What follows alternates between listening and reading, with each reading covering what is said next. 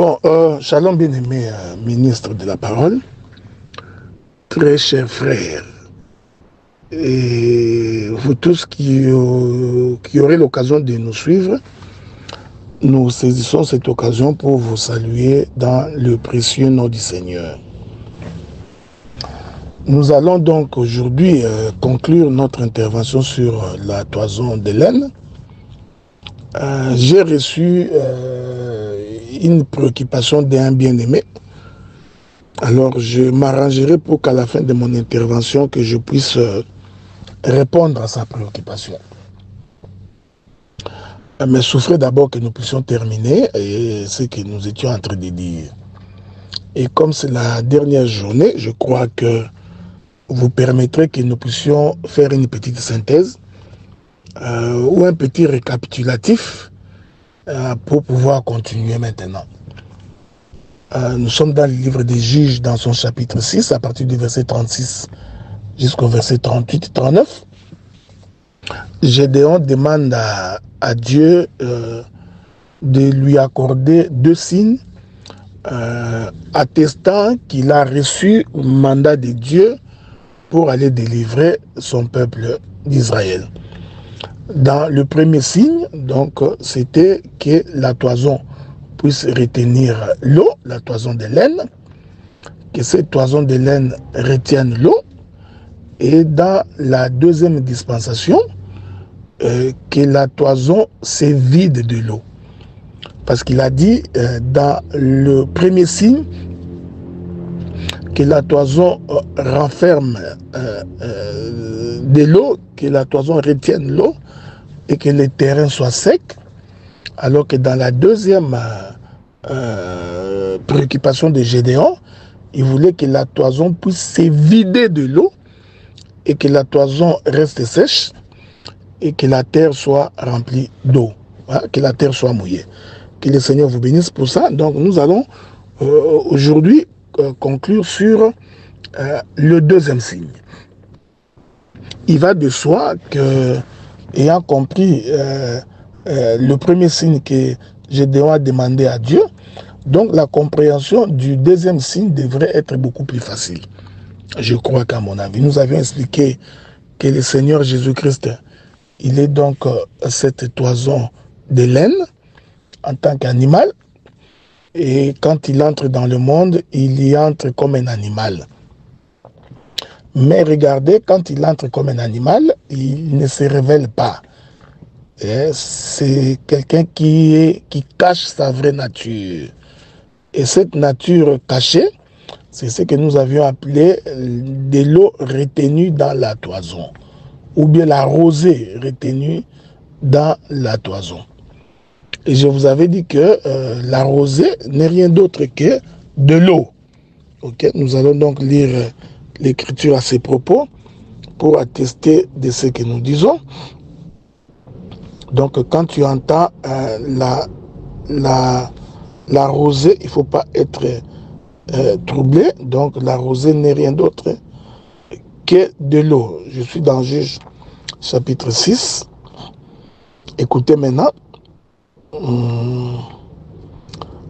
À partir du verset 39. Il est écrit que Gédéon dit à Dieu que ta colère ne s'enflamme point contre moi. Je ne parlerai plus que cette fois. Je voudrais seulement faire encore une épreuve avec la toison. Que la toison seule reste sèche et que tous les terrains se couvrent de rosée. Dieu fit ainsi cette nuit-là, la toison resta sèche et tous les terrains se couvrirent de la rosée. Nous allons essayer de remonter un peu plus haut. Je prends le verset 38. C'est le verset 38 qui confirme que la toison, la rosée, c'est de l'eau. Okay? Donc le verset 38, je voudrais lire ça pour vous. Il est écrit, il arriva le jour suivant, il se leva de bon matin, pressa la toison et en fit sortir la rosée qui donna de l'eau plein une coupe. Je répète, il arriva ainsi le jour suivant, il se leva de bon matin, pressa la toison et en fit sortir la rosée qui donna de l'eau en pleine coupe. C'est de là que nous allons partir parce que c'est le signe qui va demander à Dieu d'accomplir par lui-même. Je voudrais quand même que nous examinions ces textes-là. Ces textes-là, lorsque la première fois, la toison était remplie d'eau, suivez-moi attentivement, et que la terre était restée sèche, nous avions expliqué que c'est la dispensation de la loi. Parce que dans la dispensation de la loi, Dieu n'a pas véritablement répandu sa parole. Dieu n'a pas véritablement donné sa parole. Qu'est-ce qui me le prouve? C'est le livre de Matthieu, chapitre 13, à partir du verset 10. Les disciples posèrent la question à Jésus, « Pourquoi leur parles-tu en parabole ?» Jésus répond, « Je leur parle en parabole de peur qu'ils ne comprennent, qu'ils ne me saisissent, et dès qu'ils auront compris, ils vont se convertir, et une fois convertis, ils seront sauvés. » Donc, je parle en parabole pour leur priver le salut. Je parle en parabole pour qu'en regardant, qu'ils ne voient rien, en écoutant, qu'ils n'entendent ni ne comprennent. Donc, nous comprenons que quand Jésus parle en parabole aux enfants d'Israël, il voudrait tout simplement dire « J'ai retenu l'eau dans la toison ». On est ensemble. Je me permets donc ainsi de dire que la toison qui retient l'eau, c'est la dispensation de la loi, c'est-à-dire c'est la dispensation de Moïse. Mais comme vous le savez, l'eau est retenue par le ciel, d'autant plus que la pluie ne peut tomber que du ciel vers la terre. Je profite pour répondre à une question qui m'a été posée. Je réponds immédiatement pour dire que je considère que la toison qui retient l'eau comme étant le ciel. Parce que tant que le ciel est fermé et qu'il ne pleut pas, la terre est donc sèche. La terre passe par des moments désertiques. Ok? Maintenant, le deuxième signe voudrait que le ciel s'ouvre. C'est-à-dire, en d'autres termes, que la toison se vide de son eau. Que la toison se vide de la pluie. Or, cet exercice-là, c'est la dispensation de la grâce. C'est très important. C'est-à-dire, au temps de la grâce, le Seigneur Dieu s'est révélé. Dieu ne s'est plus caché. Dieu s'est révélé, il a tout donné. Ok, nous allons lire quelques écritures pour nous faire comprendre là-dessus. Mais remarquez que avant que Gédéon ne demande ces signes-là, Gédéon l'avait déjà accompli par lui-même. L'écriture dit, Gédéon va presser la toison.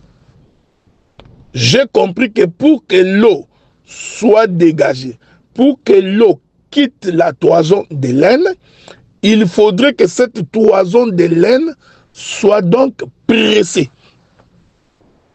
Ok? Or, quand la toison de laine est pressée, l'eau qui est à l'intérieur va donc sortir. Et nous disons que cette pression de la toison de laine qui dégage l'eau, nous voudrions dire qu'il s'agit bel et bien de la souffrance de Christ. Il s'agit de la passion de Jésus. Il s'agit de tout ce qu'il va connaître. Et à ce titre-là, vous allez permettre que nous puissions lire 2 ou 3 écritures pour faire asseoir la chose. Ok? Prenons l'écriture. Prenons l'écriture très vite, si vous voulez bien. Nous prenons le livre de Luc dans son chapitre 22. Je vais donc prendre à partir du verset 41. Puis il s'éloigna d'eux à la distance d'environ un jet de pierre, et s'étant mis à genoux, il pria, disant, « Père, si tu voulais éloigner de moi cette coupe, toutefois que ma volonté ne se fasse pas, mais la tienne. Alors un ange lui apparut du ciel pour les fortifier. Étant en agonie, ok? Je voudrais que vous compreniez. C'est quand même étonnant parce que Jésus était en prière. Mais l'écrivain de Luc nous fait comprendre que cette prière-là, c'était la prière de quelqu'un qui mourait. De quelqu'un qui était agonisant. C'est pourquoi il dit, étant en agonie. Je comprends que Luc, ici, vient nous parler de la mort de Jésus. Il dit, étant en agonie, il pria plus instamment et sa sueur devint des grumeaux de sang qui tombaient à terre. Je répète ça. Étant en agonie, il priait plus instamment et sa sueur devint comme des grumeaux de sang qui tombaient à terre. Que la paix de Dieu soit avec vous. J'explique. La toison qui se vide de son eau.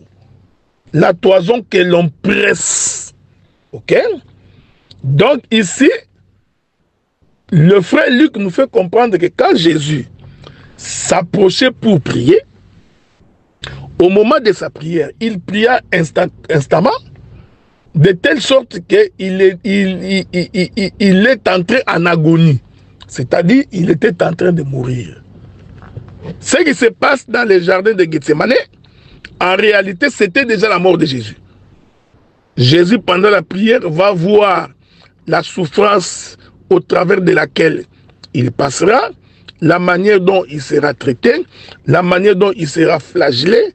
Il a vu sa mort, alors il s'est mis en prière, étant en agonie, c'est-à-dire sentant cela dans sa chair. Maintenant, pendant qu'il priait, il transpira. Ok? Nous disons que cette transpiration-là, cette sueur-là, c'était la toison de laine compressée.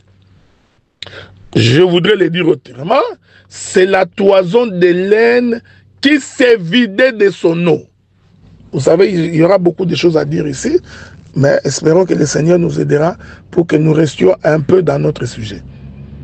Et l'Écriture dit, sa sueur là, nous disons, c'est ça la rosée. C'est ça de l'eau. Parce que naturellement, la sueur, c'est de l'eau. Ok?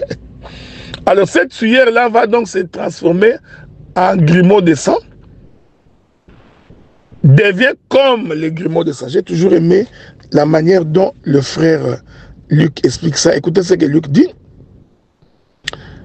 Il dit ceci. Il priait plus instamment et sa sueur devint comme des grumeaux de sang. Il faut faire très attention. Ce n'est pas que sa sueur était devenue du sang. Non, non, non, non, non. Ok? Sa sueur était devenue comme les grumeaux de sang. Il faut faire attention. Quand on dit grumeaux de sang, c'est-à-dire que sa sueur était devenue comme des grosses boules. Ok, c'est ça. Ce n'est pas que la sueur était devenue rouge. Non. On est ensemble, non? Donc sa sueur devient comme des grumeaux de sang. Et cette sueur-là tombe à terre. Pourquoi? Pour que la terre soit donc mouillée. C'est ce que Gédéon avait dit.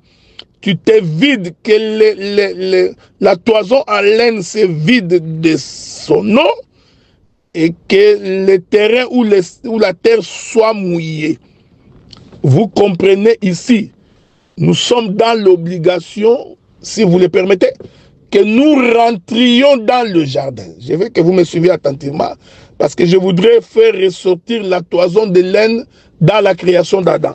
Je veux, avec votre permission, rentrer au moment de la création d'Adam. Notre Dieu étant un répétiteur, il a répété ça de plusieurs manières. De plusieurs manières, des fois on n'a pas tiré attention. Alors souffrez que nous rentrions dans les livres de Genèse. Écoutez maintenant.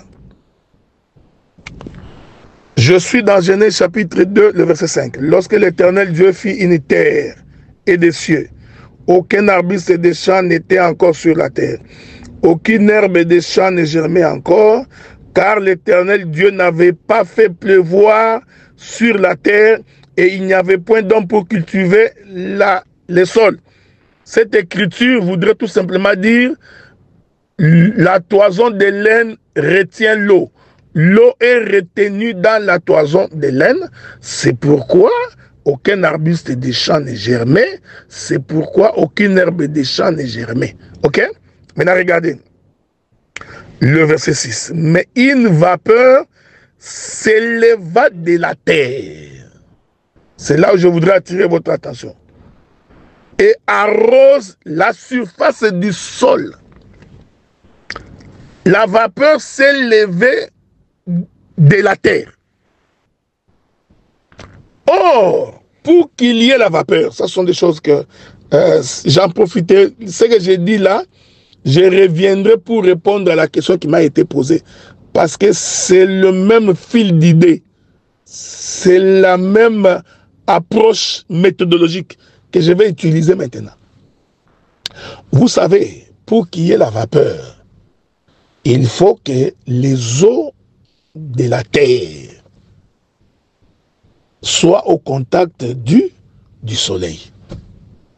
Il faut que les eaux de la terre soient au contact de la chaleur. Si je voudrais prendre ça de façon naturelle, parce que c'est comme ça que je vais répondre à la question. Le frère Paul dit, la nature elle-même ne vous enseigne-t-elle pas? Quand Paul dit la nature, il vous demande d'aller observer la nature. Cette nature n'est pas écrite, c'est la nature observée.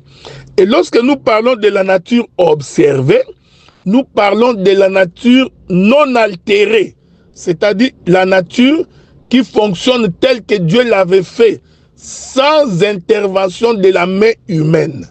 Ok? Vous ne pouvez pas dire que la voiture, c'est ça la nature. Vous ne pouvez pas dire que la maison, c'est la nature. Non. Ok? La maison construite, la main de l'homme a travaillé dessus. La voiture, la main de l'homme a travaillé dessus. Les routes, la main de l'homme a travaillé dessus. Nous parlons de la nature telle que Dieu l'avait installée. Or, naturellement, Dieu a créé le principe qu'on appelle de l'évaporation. Qu'est-ce que c'est l'évaporation? C'est-à-dire que dès que le soleil apparaît et que le soleil dégage sa chaleur ou brille dans toute sa splendeur, cette splendeur du soleil va donc frapper les eaux. Une fois que les eaux sont frappées, les eaux vont donc changer de nature. Les eaux vont se transformer en vapeur. Est-ce qu'on est ensemble? Une fois que les eaux se sont transformées en vapeur, il faudrait maintenant que cette vapeur monte pour que plus tard, cette vapeur puisse dégager la pluie. Ne vous en faites pas, je vais aller lire le frère Job pour soutenir ce que j'ai dit. Ici, nous comprenons maintenant que lorsque la Bible dit qu'une vapeur s'est élevée de la terre, prophétiquement, la Bible sous-entendait, parce que c'est ça le ministère, voir là où les autres ne peuvent pas voir, sous-entendait que la terre avait souffert. Or, naturellement, la terre ne peut pas donner la vapeur. Donc cette terre-là, au travers de laquelle la vapeur s'est élevée, en réalité, il s'agit des eaux, il s'agit de l'eau. Ok? Mais laquelle eau est sur la terre?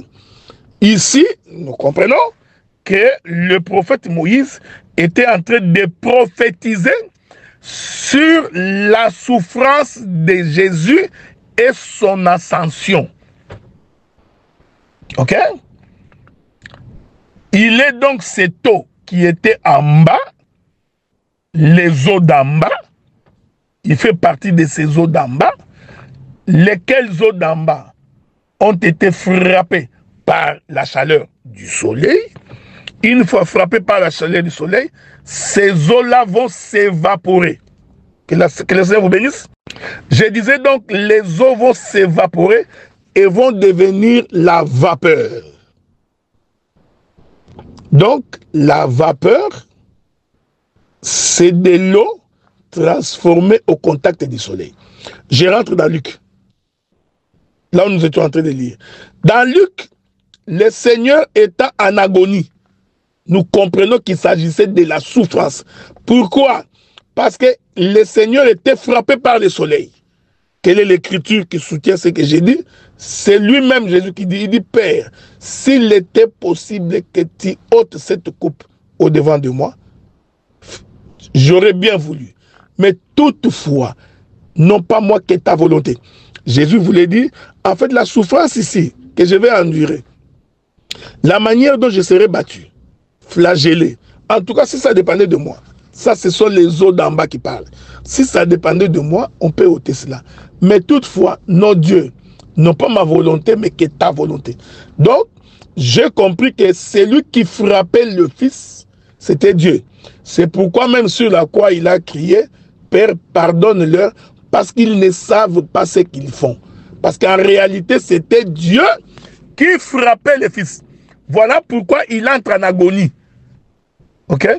Donc, il devient mourant. C'est ça, entrer en agonie. Or, cette chose-là, s'est répétée dans la création d'Adam. Dieu a frappé les eaux d'en bas, et les eaux d'en bas transformées en vapeur. Vous comprenez? Quand il se transforme en vapeur, il va former les nuages. Et Dieu va déchirer les outres des cieux pour que les nuages puissent dégager de l'eau. Voilà, c'est la toison de laine qui se vide de son eau. Permettez l'expression. Ou la toison de laine qui se vide de la rosée. Que le Seigneur vous bénisse. Prenons quelques écritures pour faire asseoir cette pensée-là. C'est important. Je voudrais aller lire 2-3 écritures. Souffrez. Permettez-moi que je trouve l'écriture. Je suis dans Job chapitre 36. Je suis dans Job chapitre 36, le verset 27. Il est écrit,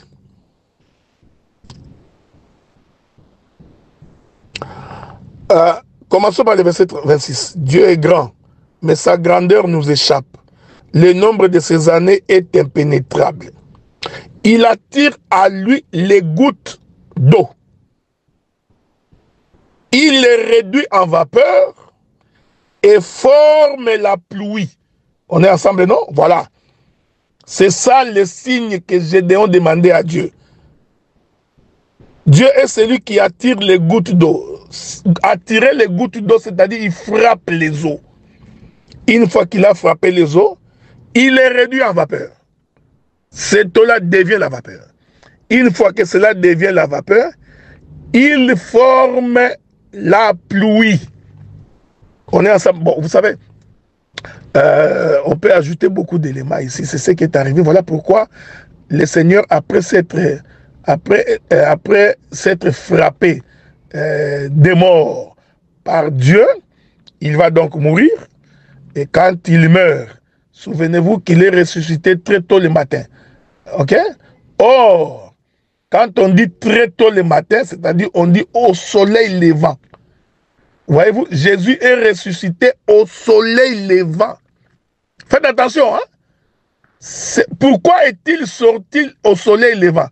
Parce que quand le soleil s'est levé le matin, avec toute sa vigueur, avec toute sa force, ce soleil-là va frapper la terre.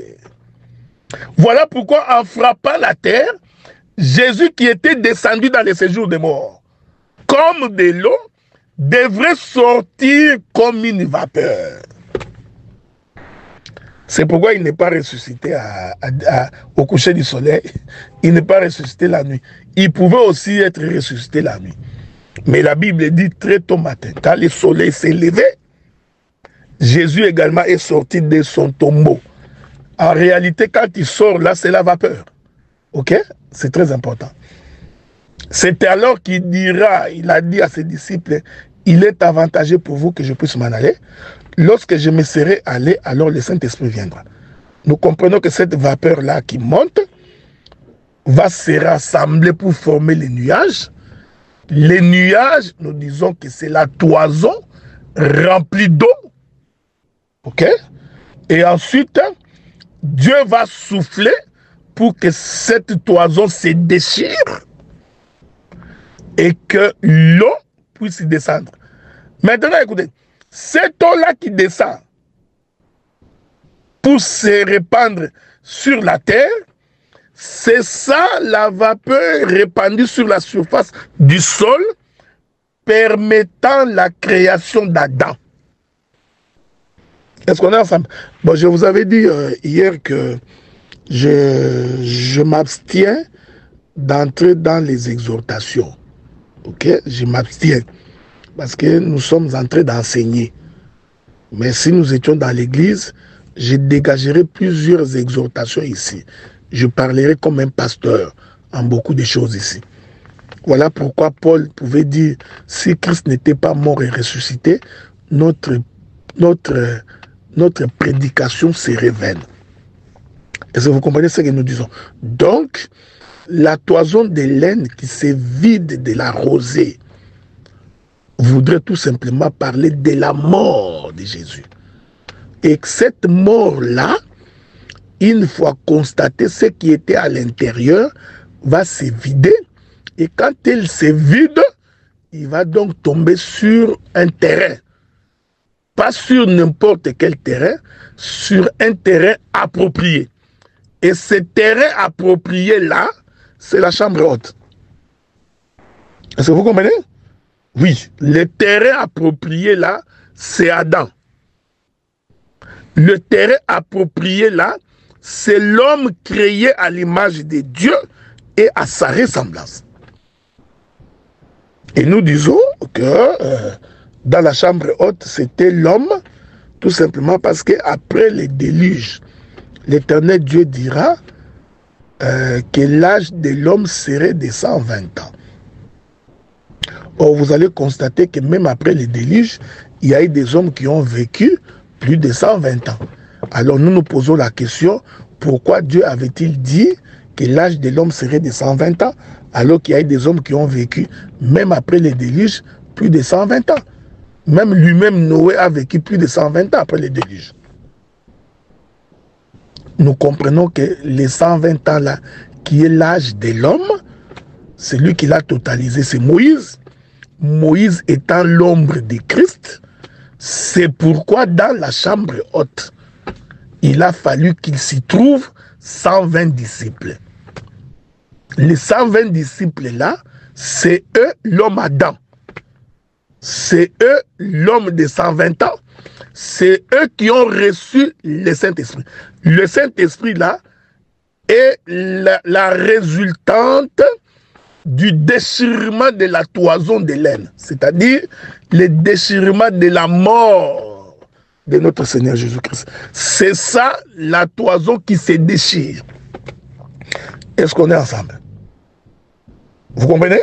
Je vais ajouter 2 ou 3 autres écritures pour me faire comprendre. Donc, dans le signe que Gédéon demandait, en demandant ce que la toison de laine c'est vide de la rosée, il voulait nous enseigner sur la mort de Jésus. C'est pourquoi il dit à ses disciples qu'il y a un baptême que je dois recevoir. Ce baptême-là, c'est presser la toison pour que la toison se vide de l'eau. Une fois que la toison s'est vidée de l'eau, remarquez, l'eau ne va pas descendre sur toute la terre.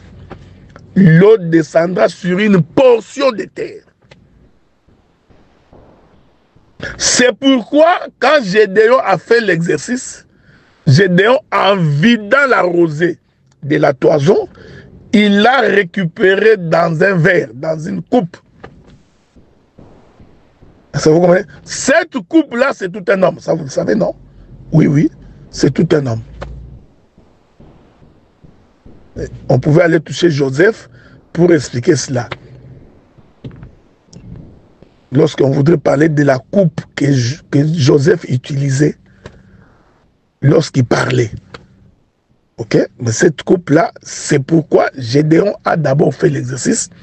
Et Dieu, comme c'était un Dieu de répétition, il va donc répéter la chose en ce que la toison maintenant va se vider pour que la terre soit nourrie. Laissez-moi revenir encore. Que le Seigneur vous bénisse. Nous allons d'une autre manière expliquer la toison de laine qui se vide de la rosée et que le terrain soit mouillé. On peut l'expliquer autrement, non? Voilà maintenant, nous allons habiller pour conclure notre intervention. Un jour, le frère Lazare meurt. Quand le frère Lazare meurt, je vais prendre deux illustrations pour conclure mon intervention. Quand le frère Lazare meurt, Jésus prend ses disciples et le 4e jour, il se présente devant le tombeau de Lazare. Et la sœur de Lazare va faire une confession que vous connaissez tous, que si tu étais ici, notre Seigneur, notre frère ne serait pas mort. Jésus lui dit, je t'ai dit, si tu crois, tu verras la gloire de Dieu. La sœur de Lazare pensait que Jésus parlait du jour de la résurrection. Il dit non, je sais que le jour où de la résurrection des morts, Jésus dit non, je t'ai dit que si tu crois maintenant là, tu verras la gloire de Dieu. Regardez maintenant ce que Jésus va faire.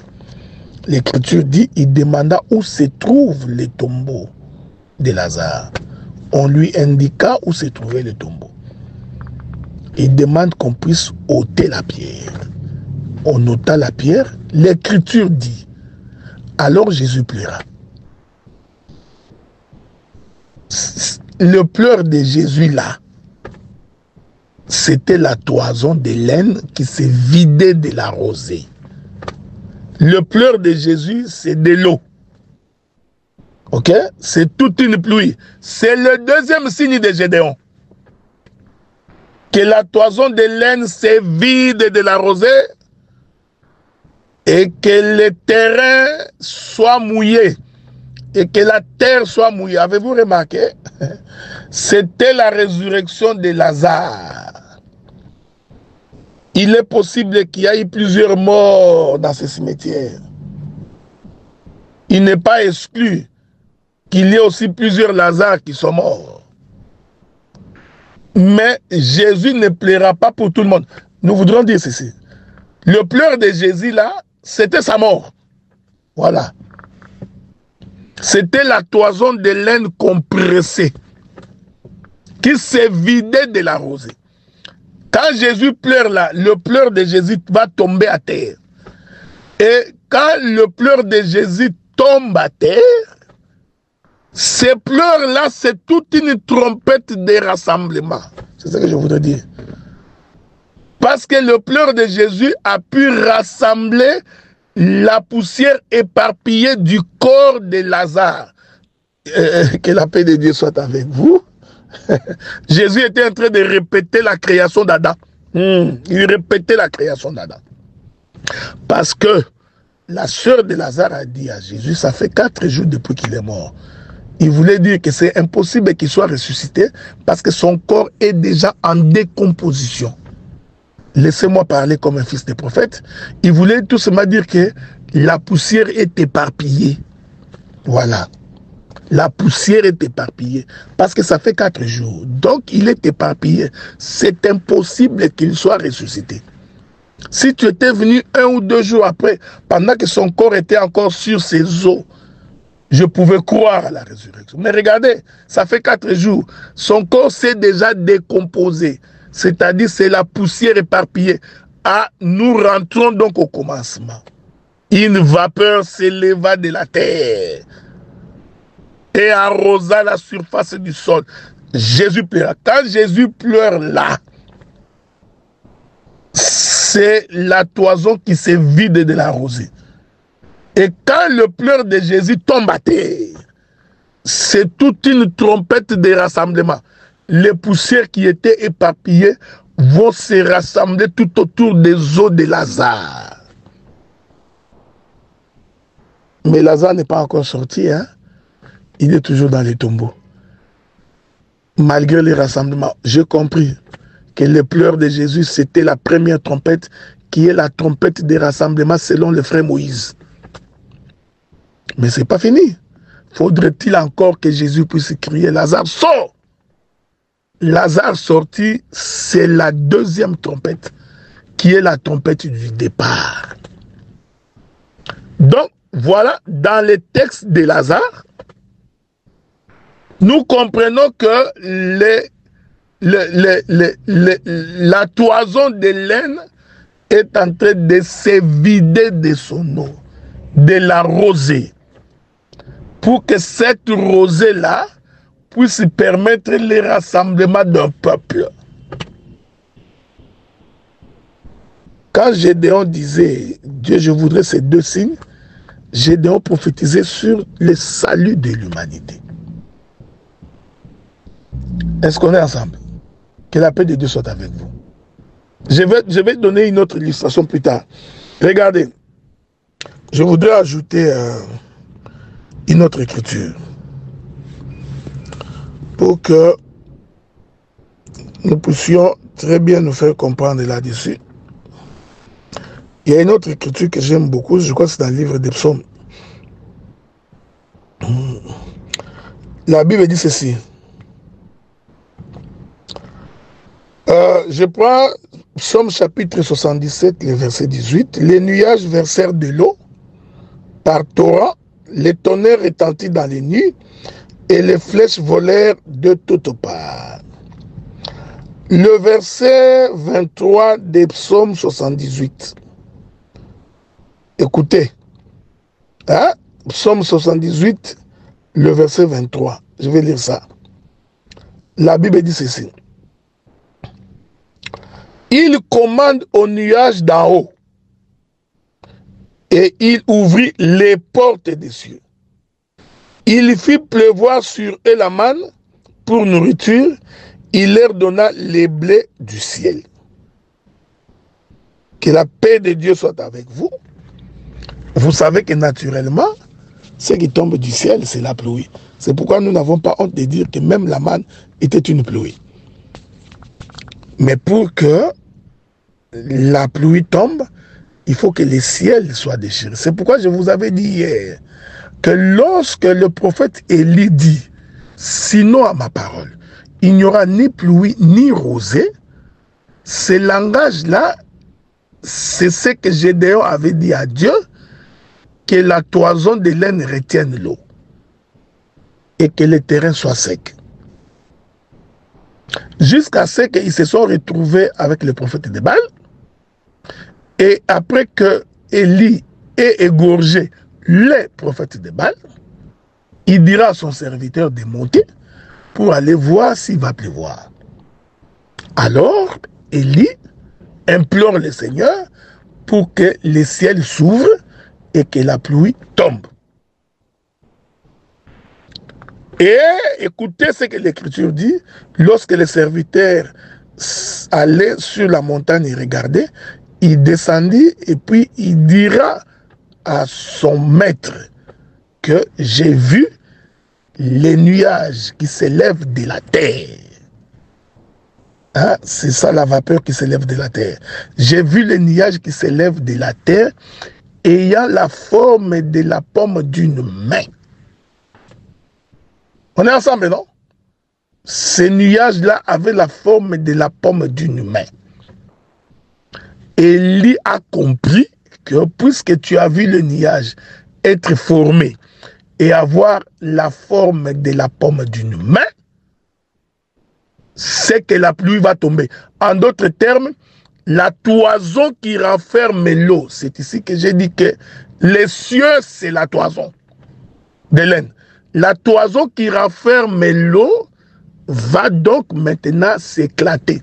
C'est comme ça que Paul vient nous soutenir dans le livre d'Éphésiens quand il dit: qui est celui qui est monté si ce n'est que celui qui était descendu? Et celui-là, en montant, vous voyez, en montant, c'est la vapeur. En montant, il fit les dons aux hommes. Les uns comme apôtres, prophètes, docteurs, évangélistes et pasteurs. C'est le déchirement ou la toison de laine qui se vide de la rosée. Je vais prendre une dernière illustration pour terminer. Voilà, bien-aimé ministre de la parole, très chers collègues et frères, je vais finir mon intervention par une dernière illustration dans les livres des Jean. Je prends les livres des Jean, le chapitre 9. C'est une écriture que vous connaissez tous. Je commence par le premier verset. Jésus vit en passant un homme aveugle de naissance. C'est-à-dire que cet homme était dans les ténèbres. Parce que celui qui est aveugle est dans le ténèbre. Il ne voit pas. Sa vision est ténébreuse. Tout comme au commencement, il n'y avait que les ténèbres à la surface de l'abîme. Ok? Ses disciples lui firent cette question: Rabbi, qui a péché, cet homme ou ses parents, pour qu'il soit né aveugle? J'aime la réponse de Jésus qui dit: ce n'est pas lui ou ses parents aient péché, mais c'est afin que les œuvres de Dieu soient manifestes en lui. Donc c'est la raison pour laquelle cet homme-là est né aveugle. Ok? On est ensemble, donc on est ensemble. Je continue. Alors maintenant il continue, il dit: il faut que je fasse pendant qu'il est jour les œuvres de celui qui m'a envoyé. La nuit vient et personne ne peut travailler. Pendant que je suis dans le monde, je suis la lumière du monde. Maintenant, regardez le verset 16. C'est là, le verset 6, pardon. C'est là que je voudrais aller expliquer la toison de laine qui se vide de la rosée du ciel. Il dit ceci: après avoir dit cela, il cracha à terre et fit de la boue avec sa salive, puis il appliqua cette boue aux yeux de l'aveugle. Je répète ça. Après avoir dit cela, il cracha à terre et il fit de la boue avec sa salive. Donc, que la paix de Dieu soit avec vous. Le crachat de Jésus, nous sommes en train de dire, c'est exactement le mouvement de la création d'Adam. Donc la salive est sortie de sa bouche. Vous comprenez? Tout comme la pluie qui tombe des cieux. Cette salive-là fait quoi? Vient donc toucher la terre. Une fois que la salive touche la terre, Jésus prend sa main, il fait la boue. Nous disons, la salive, c'est la parole, mais cette parole doit sortir de sa bouche. C'est ça, les cieux déchirés. La main qui mélange la salive avec la bouche, c'est le ministère de la parole. Et c'est ce ministère-là qui forme l'homme. La boue là qu'on a formée, en réalité, c'est Adam. Est-ce que vous voyez ça? C'est pourquoi je crois que c'est Jérémie, c'est Jérémie qui nous dit ça. Hein? Donc, d'aller visiter la maison du potier. C'est très important. Donc, Jérémie nous explique ça. Il faut aller visiter la maison du potier. C'est là que je vais finir, ok? Et essayer de répondre à la question qui m'a été posée. Jérémie dit, Jérémie chapitre 18, je crois. Hein? Jérémie chapitre 18, à partir du premier verset. La parole qui fut adressée à Jérémie de la part de Dieu en ces mots: lève-toi et descends dans la maison du potier, et là je te ferai entendre mes paroles. J'ai descendu dans la maison du potier, et voici, il travaillait sur un tour. les vases qu'il faisait ne réussissent pas, comme il arrive à l'argile dans la main du potier, il en refait un autre vase tel qu'il trouva bon de le faire. Voilà donc en quoi consistait mon intervention sur la toison de laine. Donc le Seigneur a fait comprendre à Gédéon qu'il sauverait la terre par la mort et la résurrection de Jésus. Voilà, que Dieu vous bénisse et qu'il garde tout un chacun. Et maintenant, je vais répondre à la question qui m'a été posée. Merci beaucoup. Maintenant, je voudrais répondre à la question qui m'a été posée. La question qui m'a été posée, c'est celle de savoir comment j'ai identifié que la hanche, donc c'est les milieux entre les membres supérieurs et inférieurs. Et les frères voulaient savoir sur base de quelle écriture je me suis référé à cela. Alors je vais essayer de répondre très brièvement pour ne pas prendre beaucoup de temps. Le frère Paul dit que la nature elle-même ne vous enseigne-t-elle pas. Donc nous comprenons d'abord que la nature est un enseignant. Et je voudrais lire Romains chapitre 1er, je crois, le verset 20, pour faire asseoir également la pensée de ce que j'ai dit, avant de pouvoir intervenir. Donc souffrez avec moi.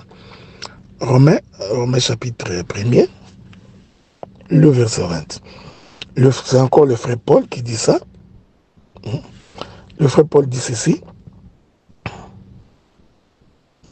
En effet, les perfections invisibles de Dieu, sa puissance éternelle et sa divinité, se voient comme à l'œil nu depuis la création du monde, quand on les considère dans ses ouvrages. Ils sont donc inexcusables. Voilà, c'est très important cette écriture-là. Le frère Paul nous fait comprendre que si l'on observe la nature de Dieu dans sa création, je ne parle pas de la nature altérée, ayant subi le poids de la main de l'homme, dans la manière dont Dieu a créé les choses. C'est de cette manière-là que nous considérons les pieds de l'homme comme étant le fondement. Ok? Pourtant, il n'y a aucune écriture noir sur blanc qui dit que les pieds, c'est le fondement. Il n'y a aucune écriture. Mais de la manière dont Dieu a disposé l'homme, nous avions compris que les pieds, c'est le fondement. Les pieds, c'est le parvis. Voyez-vous? Quand nous disons que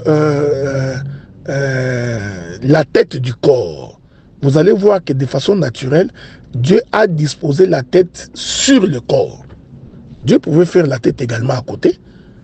Il pouvait les mettre sur les pieds. Il pouvait mettre la bouche sous les aisselles.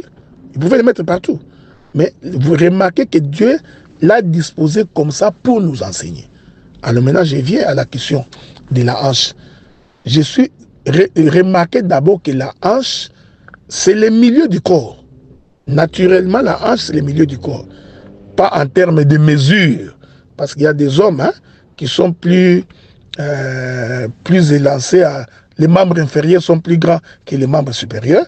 Comme il y en a d'autres, des membres inférieurs sont plus longs que les membres supérieurs. Je ne parle pas de ça. Je parle du milieu. C'est-à-dire, c'est l'endroit qui sépare le membre inférieur au membre supérieur. Le membre inférieur au membre supérieur se trouve être relié par la hanche. C'est pourquoi le frère Paul, dans l'écriture, il dit « Ayez pour ceinture la vérité à la hanche, au rein.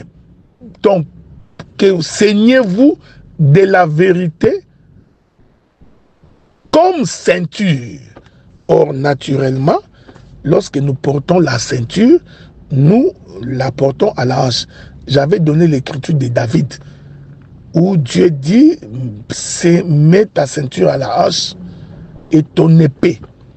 C'est à ce titre-là que nous avions expliqué que la hanche est à le milieu du corps. Mais regardez, même sur le plan spirituel, même si l'écriture noire sur blanc, il n'y en a pas, mais sur le plan spirituel, vous allez remarquer que l'écriture dit que Jésus-Christ est le réconciliateur. Il est l'homme du milieu. C'est lui qui réconcilie ciel et terre. On est ensemble, non? Ça, c'est simple à comprendre. C'est Jésus-Christ qui est venu réconcilier le monde avec Dieu. Il se trouve être au milieu pour que le Père soit réconcilié avec nous. C'est comme ça que nous expliquons également la situation de Lévi. Lévi comme étant le troisième, c'est lui qui relie le Père et la Mère. Or, Jésus vous dit que vous connaîtrez la vérité vous affranchira. C'est-à-dire, il est l'homme du milieu. La vérité est au milieu. Mais Paul vient attester que nous devons porter la ceinture comme la vérité. Or, vous allez remarquer, la ceinture, on la porte au rein. Une façon de dire, on la porte à la hanche. C'est à ce titre-là que nous expliquons qu'en réalité, quand la ceinture est à la hanche, c'est-à-dire que Jésus est au milieu. Mais il est au milieu de quoi? Il est au milieu du ciel et de la terre. Or, le ciel, c'est la partie supérieure, la terre, c'est la partie inférieure.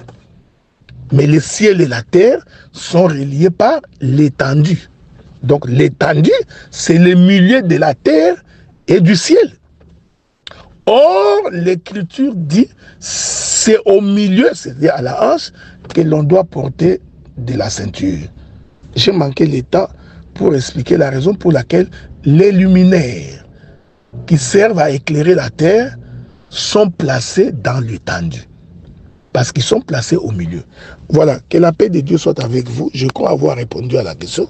Sinon, si le frère n'est pas satisfait, il peut toujours revenir. Je remercie tous ceux qui m'ont suivi pendant ces 3 jours. Mon bien-aimé docteur Enoch Toubib Logozi, je te remercie également pour l'opportunité.